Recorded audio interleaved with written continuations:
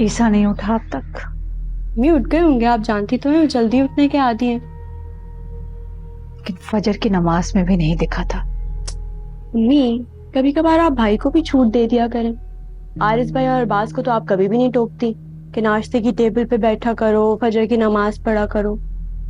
उनको छोड़ दो तुम। जिससे उम्मीद है मैं बोलती भी सिर्फ उसके लिए हूं। शगुफ्ता, ईसा को बुला कर लाओ। आपा नाश्ते पे आ जाओ, वहां क्यों खड़ी हो? आ रही हूँ।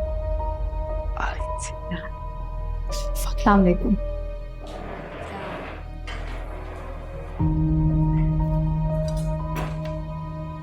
नाश्ता शुरू करें।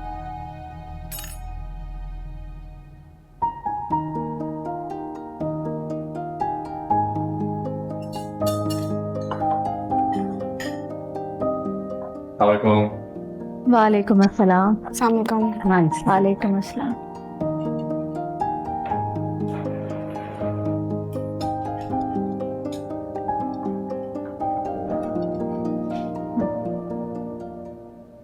आंटी आपकी तबीयत कैसी है? अल्लाह का शुक्र है, मैं बिल्कुल ठीक हूँ। फजर में नहीं उठे तुम? उठा था ना, मैंने और सबात ने पहले नमाज पढ़ी, फिर हम लाउंज में आए, आपको देखा, आप नहीं थी। फिर मैं समझ गया कि आप शायद सो रही होंगी, फिर डिस्टर्ब नहीं किया। आज मैंने कमरे में ही नमाज पढ़ ली थी। चलो बेटा सबाहत, नाश्ता शुरू करो।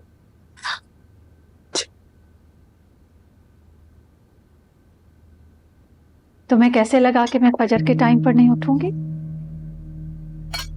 इसीलिए ना कि डॉक्टर ने आपको नींद की दवाइयां दी हैं, तो मैं समझा कि आप सोई रही होंगी, और फिर रात में भी आप काफी देर से सोई थी। जो भी है बेटा, बरसों की आदत है, नमाज तो कज़ा नहीं करूंगी ना मैं।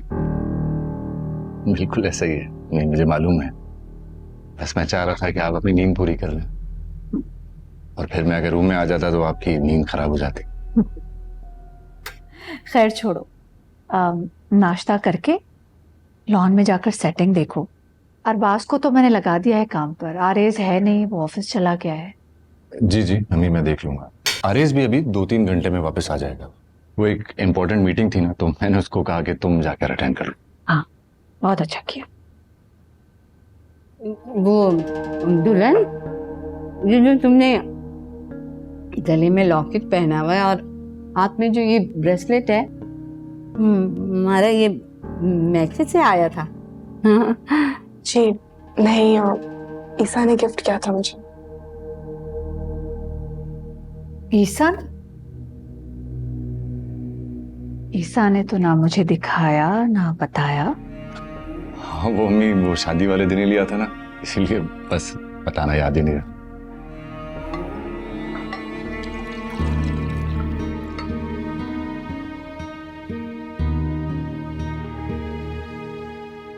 आंटी का मतलब है कि ईसा ने मुंह दिखाई में जो मुझे गिफ्ट देना था, भी आंटी की इजाजत से उन्हें दिखा के लेता। लेकिन ये तो मियाँ बीवी का इंतहाई निजी मामला होता है।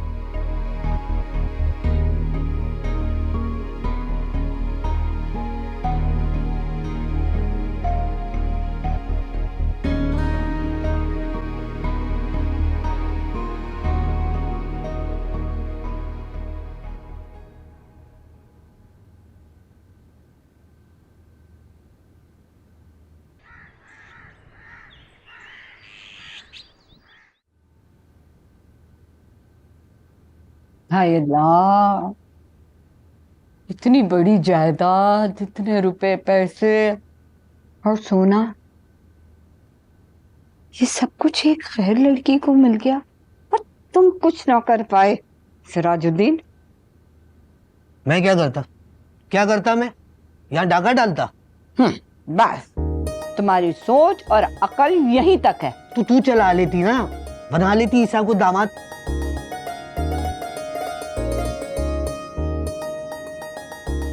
ईसा से मेरी शादी कराना चाह रही है अम्मा, मगर फायदा, अब तो उसकी शादी हो चुकी है। बहन तुम्हारी थी, मेरी नहीं।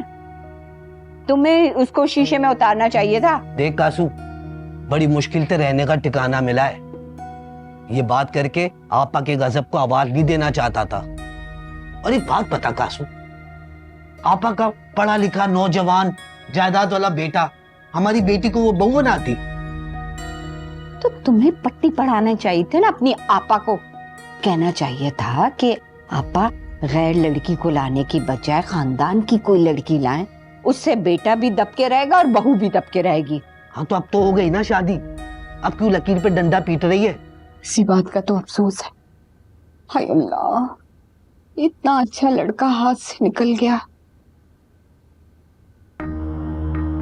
तुमको पता है 25 से 30 लाख के हीरे होंगे जो उसने अपनी बीवी को तोहफे में दिए। 25 से 30 लाख?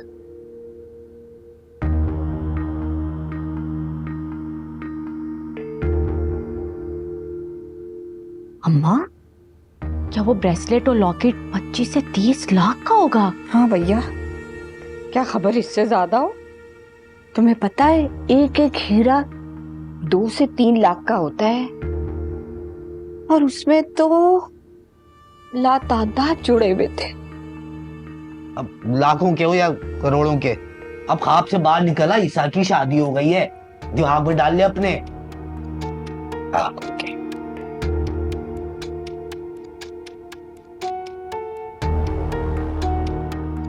चलो है